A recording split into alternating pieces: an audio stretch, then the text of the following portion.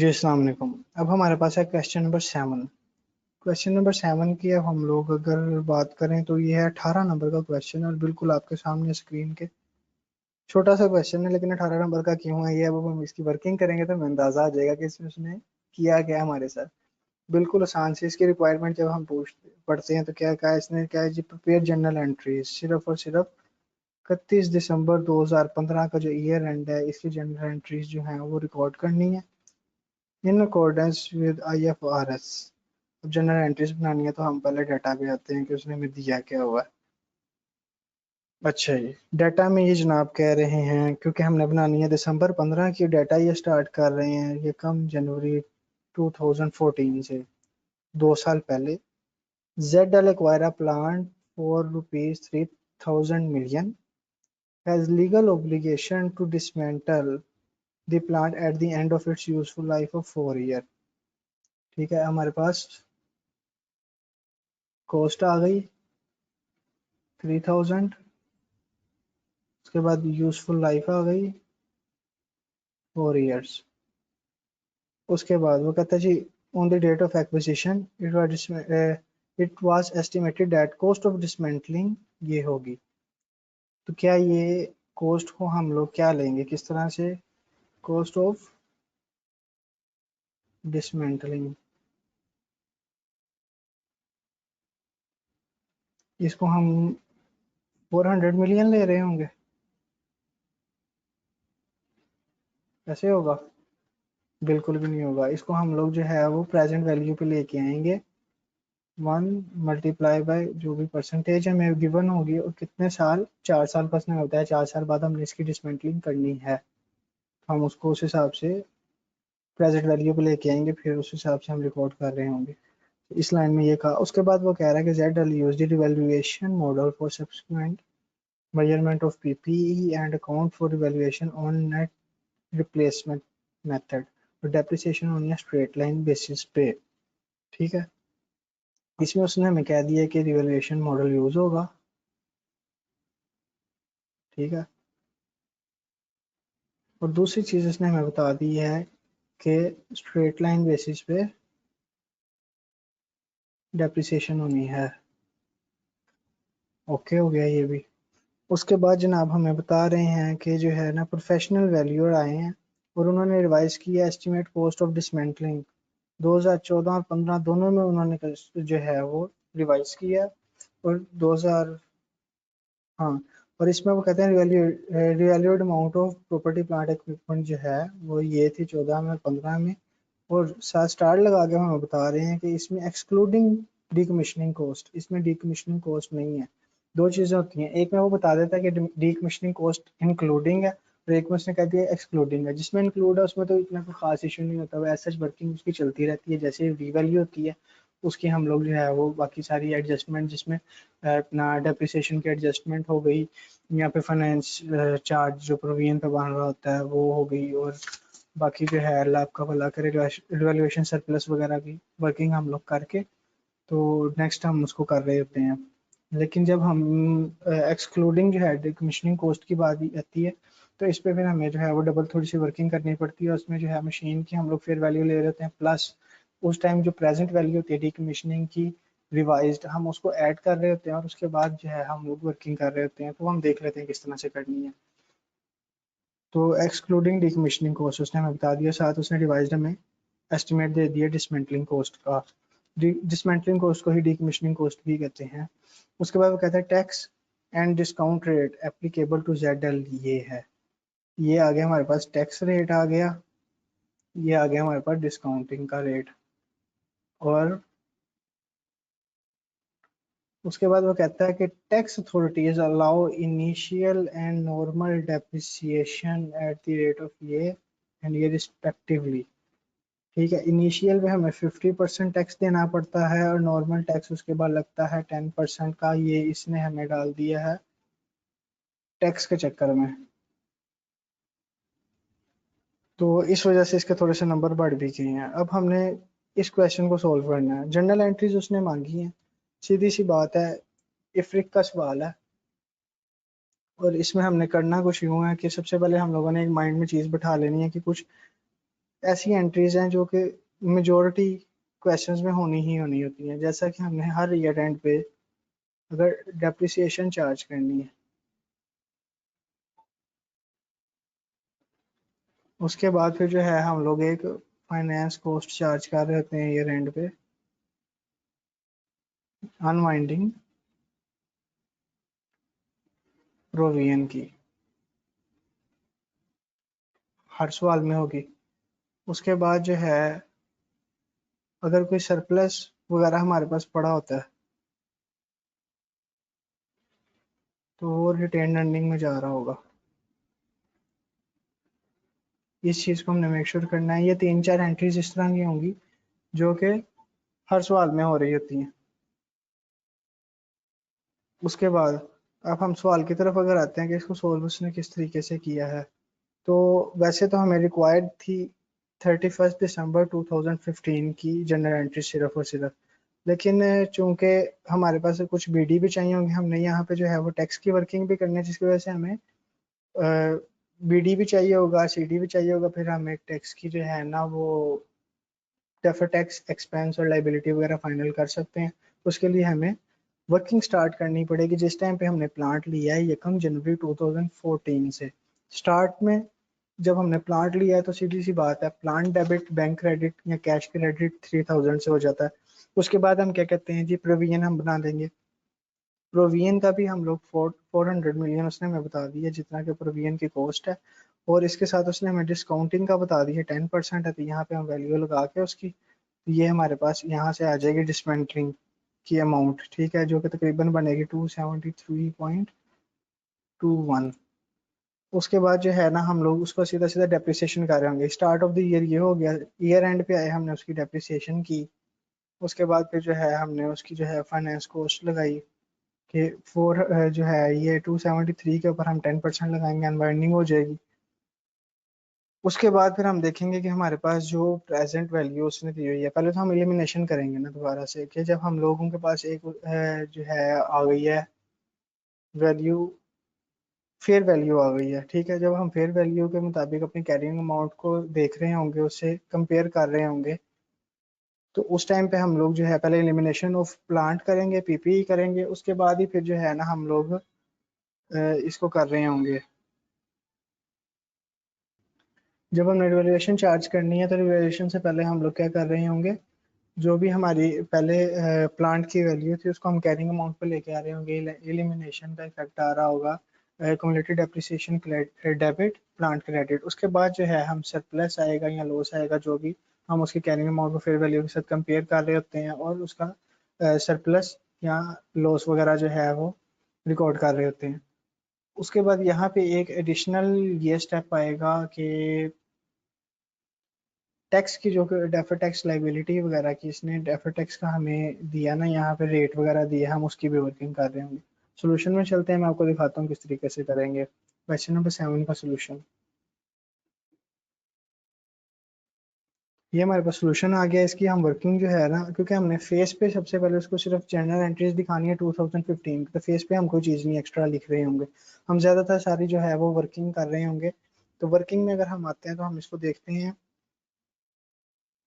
कि सबसे पहले जो है वो, जिस तरह मैंने आपको बताया कि जो उसने एंट्रीज की हुई है, सबसे पहले उसने प्लांट लिया है, उसकी एंट्री कर दी, प्लांट डेबिट कैश क्रेडिट, उसके बाद plant debit provision credit, start of the year जिस टाइम उसने प्लांट लिया है उस टाइम पे उसने ये वर्किंग कर लिया, ये प्रेजेंट वैल्यू पे प्लांट को ले लिया, प्रोविजन को ले लिया। उसके बाद आ गई डेप्रिसिएशन। डेप्रिसिएशन उसने 4 साल की हमें बताई हुई थी, प्लांट की वैल्यू आ गई प्लस हमारे पास जो है वो प्रोविजन आ गई, उस पर डेप्रिसिएशन चार्ज हो गई 1 साल की। उसके बाद दूसरी चीज़ मैंने आपको बताई थी कि फाइनेंस कॉस्ट जो है वो अनवाइंडिंग जब होगी, तो अनवाइंडिंग का उसने क्या किया है कि 273 थी, इसके ऊपर उसने 10% जो है मल्टीप्लाई बाई 10% करके ये हमारे पास अमाउंट आ गई, अनवाइंडिंग हो गई। फाइनेंस कॉस्ट जो है वो डेबिट हो गई और प्रोविजन क्रेडिट। उसके बाद जब हमारे पास आ गए, अब क्योंकि ईयर एंड पे थे और ईयर एंड का उसने हमें रेट भी दिया हुआ था, तो हमने उसके अकॉर्डिंग जो है वो रिवैल्यूएशन भी करनी है, फेयर वैल्यू के साथ कंपेयर करना था उसको। तो हमने क्या कर दिया, सबसे पहले जो है वो एलिमिनेशन किया, डेप्रिसिएशन का इफेक्ट जो है था उसको लेस किया, cumulated depreciation debit plant credit करके सेम अमाउंट से जितने से हमने डेप्रिसिएशन चार्ज की थी।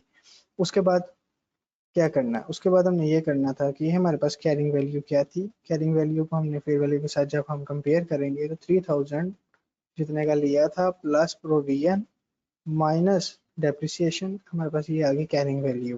कैरिंग वैल्यू आ गई, इसके बाद हम इसकी फेयर वैल्यू लेंगे। फेयर वैल्यू चूंकि उसने हमें स्टार्ट में बताया हुआ था कि एक्सक्लूडिंग रिवैल्यूएड अमाउंट है प्लांट एंड मशीनरी की, एक्सक्लूडिंग डिकमिशनिंग कॉस्ट, तो फेयर वैल्यू हमारे पास ये उसके बाद गिवन थी। लेकिन साथ में क्योंकि उसने डिसमेंटलिंग की कॉस्ट हमने यहाँ पे जो ली हुई है, यहाँ पे डिसमेंटलिंग की कॉस्ट हमारे पास जब लेनी है तो डिसमेंटलिंग की हम वो कॉस्ट लेंगे जो उस टाइम पे, जिस टाइम पे 31 दिसंबर 2014 पे अवेलेबल है रिवैल्यूड अमाउंट, उसको हम लोग प्रेजेंट वैल्यू लेंगे, क्योंकि ये भी एक प्रेजेंट वैल्यू है तो ये भी प्रेजेंट वैल्यू लेके इसके साथ प्लस करेंगे और हमारे पास एक वैल्यू आ जाएगी ये वाली जो फेयर वैल्यू होगी। अब हम इन दोनों को कंपेयर करेंगे तो हमारे पास ये 208.26 जो है एक रिवैल्यूएशन सरप्लस आ गया है। रिवैल्यूएशन सरप्लस को हम लोग किस में करेंगे, उसको हम ओसीआई में लेके जाएंगे। Plant debit revaluation surplus credit आ जाएगा यहाँ पे किस अमाउंट से 208.26 के साथ।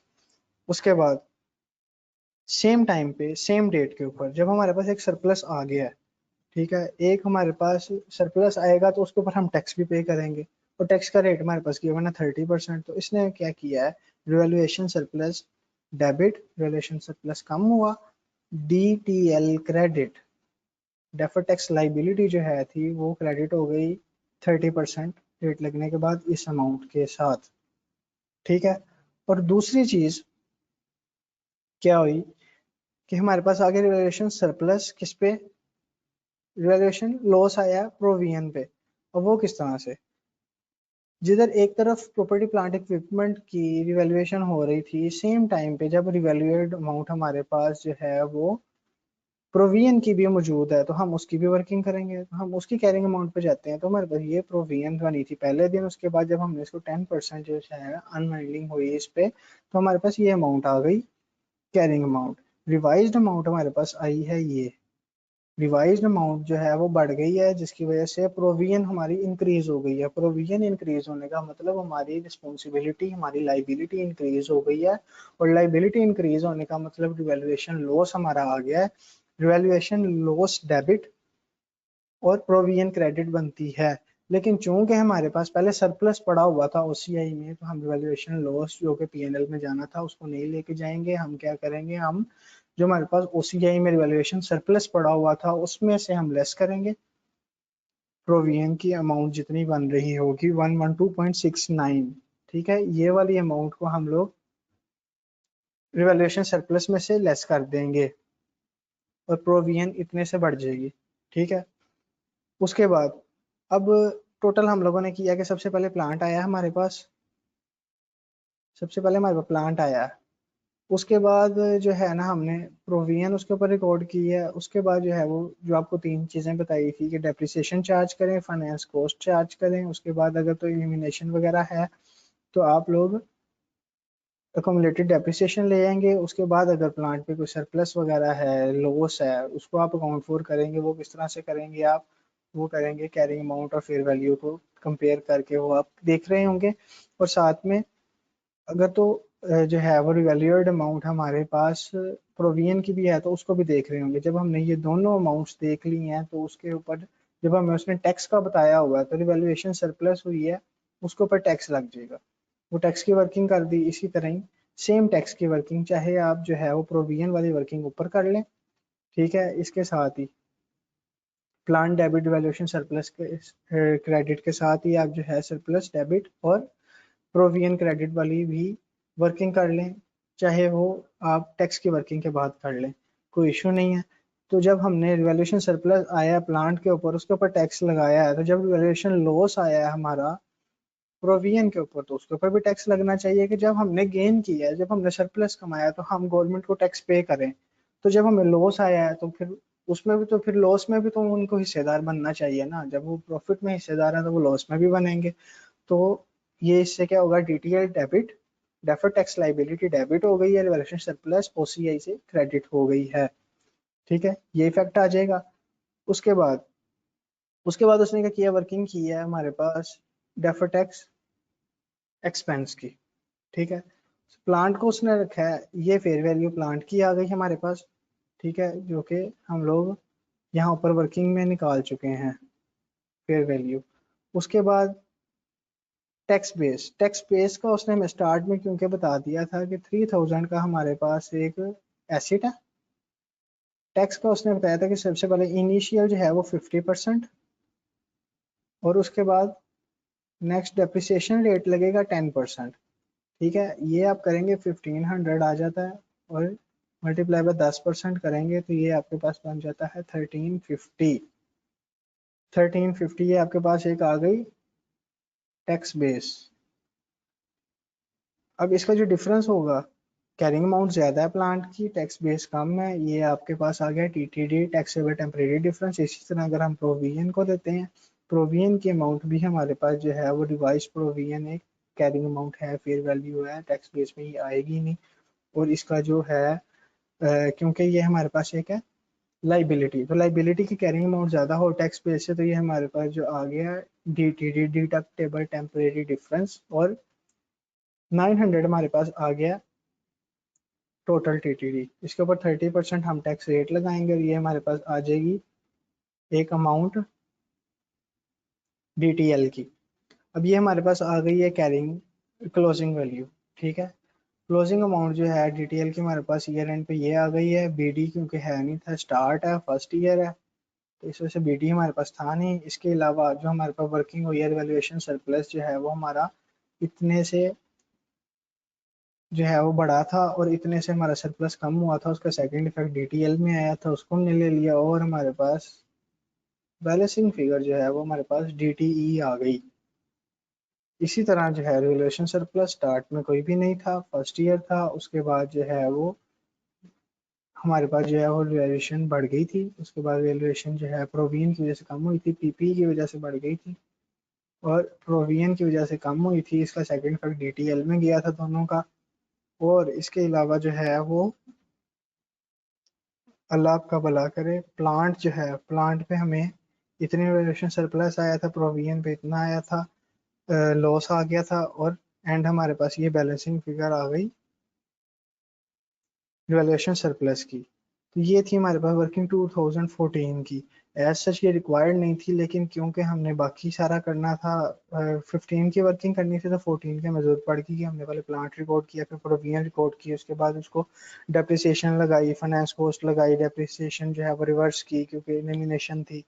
एलिमिनेशन एंट्री करने के बाद फिर जो है वो हमने प्लांट सरप्लस आया, वैल्यूएशन लॉस आया प्रोविजन के ऊपर, उनके ऊपर टैक्स हमने लगाया। उसके बाद जो है वो कैरिंग अमाउंट वगैरह निकाल के उसके ऊपर हमने सरप्लस लॉस लेके उसके बाद टैक्स लगाया, और हमारे पास यहाँ से आ गई डेफर टैक्स लाइबिलिटी की भी क्लोजिंग अमाउंट आ गई है, डेफर टैक्स एक्सपेंस भी उस टाइम का आ गया, और हमारे पास वैल्यूएशन सरप्लस की भी क्लोजिंग अमाउंट आ गई है। ये तीनों अमाउंट्स हमारे पास यूज होंगी 2015 की वर्किंग में। अब 15 की अगर हम वर्किंग में आते हैं, जो कि हमें रिक्वायर्ड भी थी, जो हमने फेस पे लिखनी है, उसका हम क्या करेंगे, उसका हम ये करेंगे कि सबसे पहले इसमें भी वही चीज़ जो आपको दो तीन एंट्रीज बताई थी वो ही करनी है। स्टार्ट में सबसे पहले क्या है, ईयर एंड आप आ गए 15 पे, एक साल गुजर गया, डेप्रिसिएशन चार्ज हुई है, किस अमाउंट पर, ये फेयर वैल्यू थी आपके पास 2663.33, ये आपके पास फेयर वैल्यू थी 2014 के एंड पे। तो सबसे पहले इसके पास, क्योंकि अब हमारे पास 3 साल बाकी रिमेनिंग थे, हमने डेप्रिसिएशन डेबिट एक्यूमुलेटेड डेप्रिसिएशन उसके ऊपर लगा दी। हमारे पास फेयर वैल्यू ऑफ प्रोविजन ये थी, उसके ऊपर 10% रेट गिवन था, finance cost debit, provision credit कर दी, प्रोविजन बढ़ गई।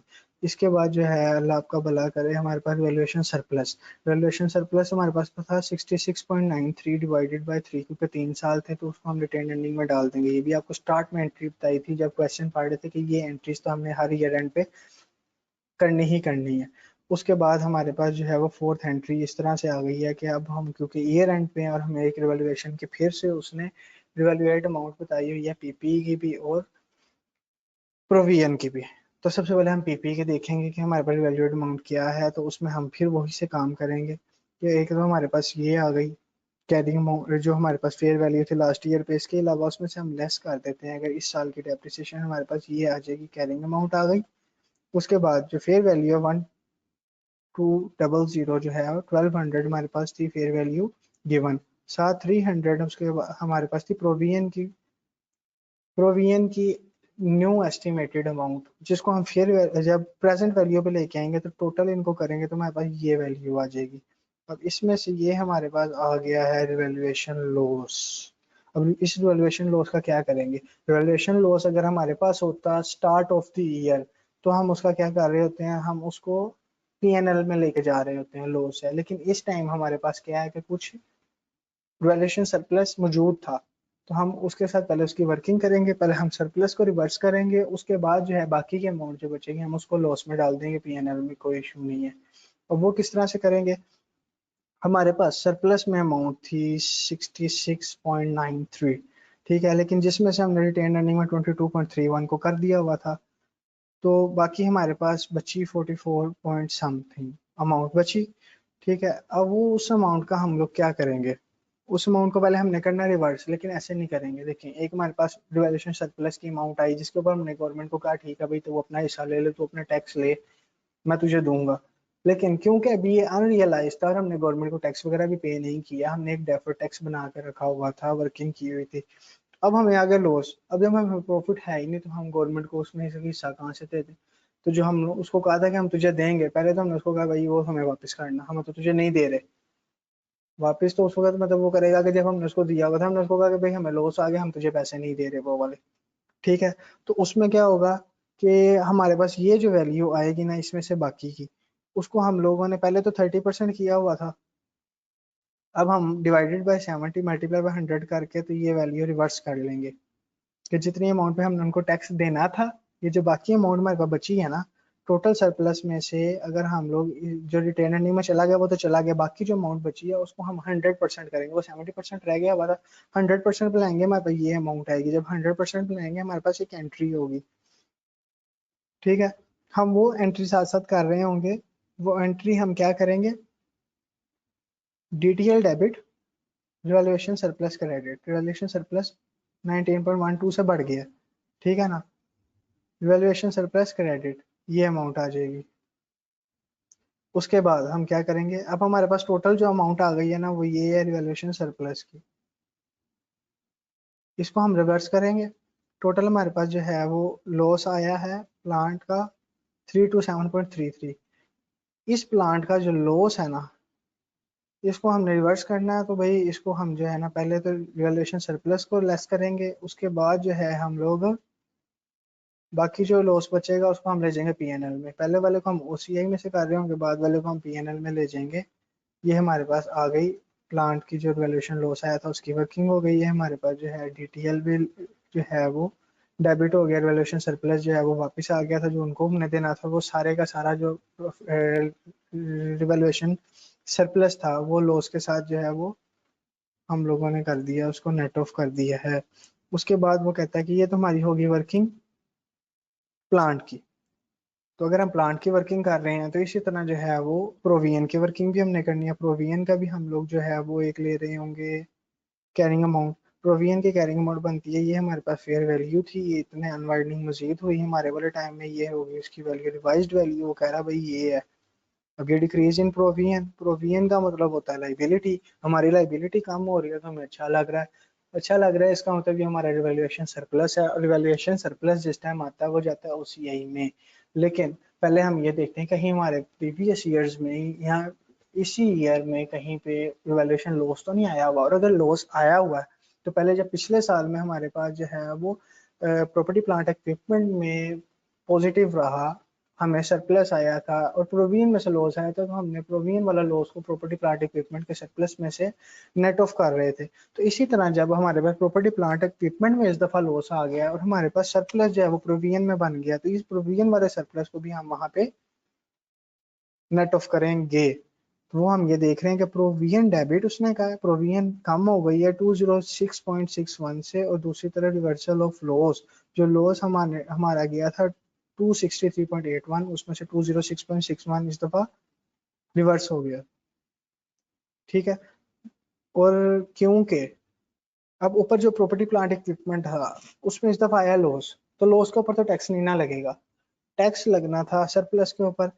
तो उसके ऊपर वो वाला टैक्स तो लगा नहीं, उल्टा जो हमने पहले दिया हुआ था उसमें से बचा हुआ था अभी हमने रिवर्स कर लिया। लेकिन जो हमारे पास इस दफा गेन आया इसमें प्रोविजन में, वो भी जो है वो उल्टा जो है वो लॉस में चला गया नेट ऑफ करने के लिए, तो उसके ऊपर भी टैक्स नहीं लगेगा। तो अब इसके ऊपर जो है जब हम वर्किंग इसकी देखेंगे इस साल के टैक्स की, तो वो कहता है तो प्लांट की जो इस टाइम फेयर वैल्यू है वो ये हो गई है, तो टैक्स बेस जो है वो उसने कहा था रिड्यूसिंग बैलेंस पे 10%, तो ये हमारे पास लास्ट ईयर थी इस पे, इसका 90% ये रह गया, मतलब 10% हमने निकाल दिया। टैक्स बेस ये थी, जो इसका डिफरेंस आया ये आ गया टैक्सेबल टेम्परेरी डिफरेंस। और जो प्रोविजन की अमाउंट है वो ये हमारे पास बची जो कि डिडक्टेबल टेम्परेरी डिफरेंस है, और इसका जो डिफरेंस आ गया वो 15 आ गया डिडक्टेबल टेम्परेरी डिफरेंस, मतलब ये DTA आ गया। DTD 15 था, मल्टीप्लाई बाय 30% करके हमने 4.5 DTA निकाल लिया। जब हम इसके लेजर में जाते हैं तो हमारे पास BD जो है था पिछले साल से आया हुआ था 270, और CD जो है वो हमने अभी कैलकुलेट कर लिया 4.5, और इसके अंदर रिवैल्यूएशन की एक सिर्फ एडजस्टमेंट हुई है जो कि 19.12 हुई है, DTL debit valuation surplus credit करके ऊपर हुई थी। पर जो बैलेंसिंग फिगर हमारे पास बची है वो आ गई हमारे पास DTE। ठीक है, ये आ गया हमारे पास इस साल का DTL और DTA का क्लोजिंग, और ये हमारे पास आ गया DTE डेफर्ड टैक्स एक्सपेंस, और इसकी एंट्री उसने यहाँ पे हमारे सामने कर दी है। DTL जो है डेबिट 255.38 से, DTE क्रेडिट 255.38 से, और साथ में उसने वैल्यूएशन सरप्लस का भी लेजर अपना कंप्लीट किया। BD उठाया, CD कोई भी नहीं था क्योंकि इस दफ़ा लॉस हो गया, और जो प्लांट था उसके ऊपर इतना लॉस हो गया कि जो है वैल्यूएशन सरप्लस या वैल्यूएशन लॉस जो है था वो डेबिट हो गया, और प्लांट क्रेडिट हुआ, रिटेन अर्निंग में इतनी अमाउंट चले गई है, और DTL के साथ ये एडजस्टमेंट हुई है। और ये हमारे पास हो गई है हमारी 2015 की जर्नल एंट्रीज कंप्लीट। ठीक है, ये रिक्वायरमेंट थी असल जो कि हमने उसको दे दी, लेकिन उसके लिए हमें ये वर्किंग तो करनी पड़नी थी जो हमने की है। तो ये था हमारा क्वेश्चन नंबर 7। अगर इसके अलावा इसमें किसी किस्म की कोई भी आपकी कंफ्यूजन होगी तो मे भी सर इसके ऊपर जो है वो डिस्कशन क्लास कल रखेंगे, मॉक डिस्कशन क्लास। अगर किसी स्टूडेंट की सारे क्वेश्चन देखने के बाद कोई भी क्यूरी रह जाती है तो वो ज़रूर सर से डिस्कस करें, पूछें। हमसे व्हाट्सएप पे आप कांटेक्ट कर सकते हैं, सारे आपके जो टीचर असिस्टेंट हैं वो आपके साथ व्हाट्सएप पे एक्टिव हैं, वो आपको आंसर करेंगे, चाहे वो मेल है चाहे वो फीमेल है। तो इंशाल्लाह कोई भी एडजस्टमेंट होगी आप ज़रूर पूछें। और क्वेश्चन नंबर 7 यहीं तक था। इंशाल्लाह मिलते हैं नेक्स्ट क्वेश्चन के साथ। अल्लाह हाफिज़।